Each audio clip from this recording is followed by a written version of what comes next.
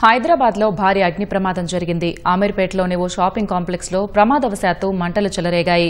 దట్టమైన పొగ కమ్ముకొని చుట్టుపక్కల దుకాణాలకు అగ్నికీలలు వ్యాపించాయి. మంటల తాకిడికి ప్రజలు పరుగులు తీశారు.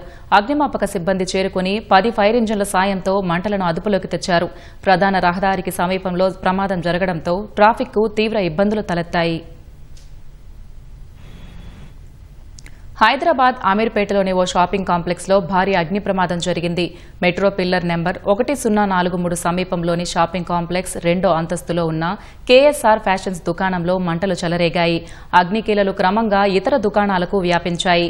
దట్టమైన పొగ అలుముకొని స్థానికులు, వాహనదారులు ఇబ్బంది పడ్డారు. భారీ మంటల తాకిడికి చుట్టుపక్కల దుకాణాల్లోని సిబ్బంది బయటకు పరుగులు తీశారు. త్రుటిలో ప్రమాదం నుంచి బయటపడ్డామని ప్రత్యక్ష సాక్షులు చెబుతున్నారు.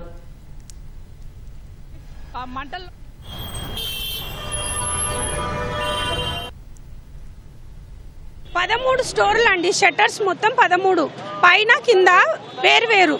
ఆ మొత్తంలా ఒక్కటి కూడా మిగలలేదు.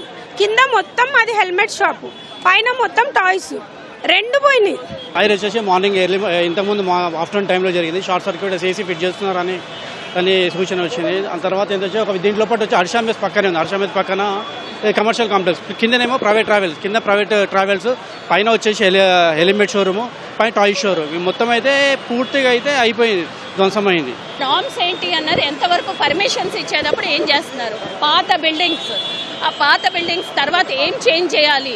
There should be a system ఎప్పుడైతే కొలాప్స్ అవుతుందో ఖచ్చితంగా ఇలాంటి ప్రమాదాలు ఎక్కువ జరుగుతాయి. ఎందుకంటే ఇదే అమీర్పేటలో మైత్రి 1 అంటే ఎంతమంది పిల్లలు ఇన్స్టిట్యూట్స్, అదే బోర్డ్స్ చూస్తే తెలుస్తుంది మీకు. అడ్వర్టైజ్మెంట్ బోర్డ్స్ మొత్తం ఫిల్ అయిపోతాయి. అక్కడ ఏదైనా ఎలక్ట్రిక్ వైర్ ఉంటే ఆ బోర్డు పక్కనే అది కాలితే ఇట్ విల్ బికమ్ ఇన్స్టెంట్.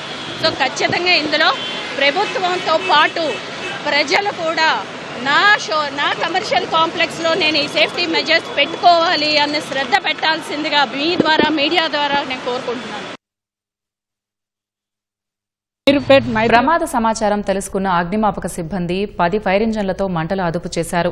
ఇతర దుకాణాల్లోని వారిని ఖాళీ చేయించారు. భారీగా ఆస్తి నష్టం జరిగిందని అధికారులు అంచనా వేస్తున్నారు.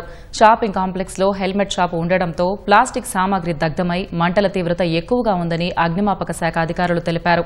ప్రమాదానికి గల కారణాలపై అధికారులు ఆరా తీస్తున్నారు. అంటే లోపల బట్టలు ఉన్నాయి, హెల్మెట్ మెటీరియల్లో కూడా ఇన్ఫ్లేమబుల్ మెటీరియల్ ఉంటుంది.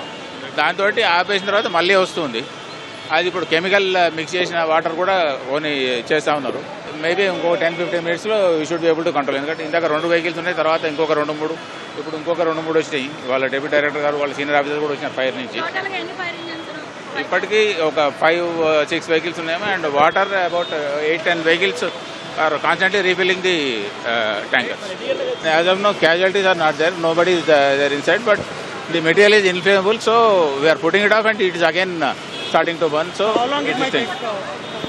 Max half an hour. 5 నుంచి అయితే ఇమీడియట్గా ఇక్కడ 5 స్టార్ట్ అయ్యి స్ప్రెడ్ అవ్వడం స్టార్ట్ అయినప్పుడు అందరినీ మా వాళ్ళు వచ్చి బయటికి తెచ్చేసినారు. లోపలైతే కన్ఫర్మ్గా ఎవరు లేరు. షాప్ వాళ్ళు, లోకల్ వాళ్ళు చెప్పేదాని ప్రకారం అయితే పైన ఎవరు లేరు.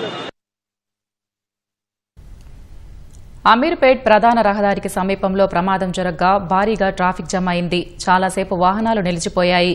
ఈ క్రమంలో దట్టంగా అలుముకున్న పొగ స్థానికులు, వాహనదారులను ఇబ్బందులకు గురిచేసింది. ఈ దుర్ఘటనలో భారీ ఆస్తి నష్టం జరగ్గా ఎలాంటి ప్రాణ నష్టం లేనందున అధికారులు ఊపిరి పీల్చుకున్నారు.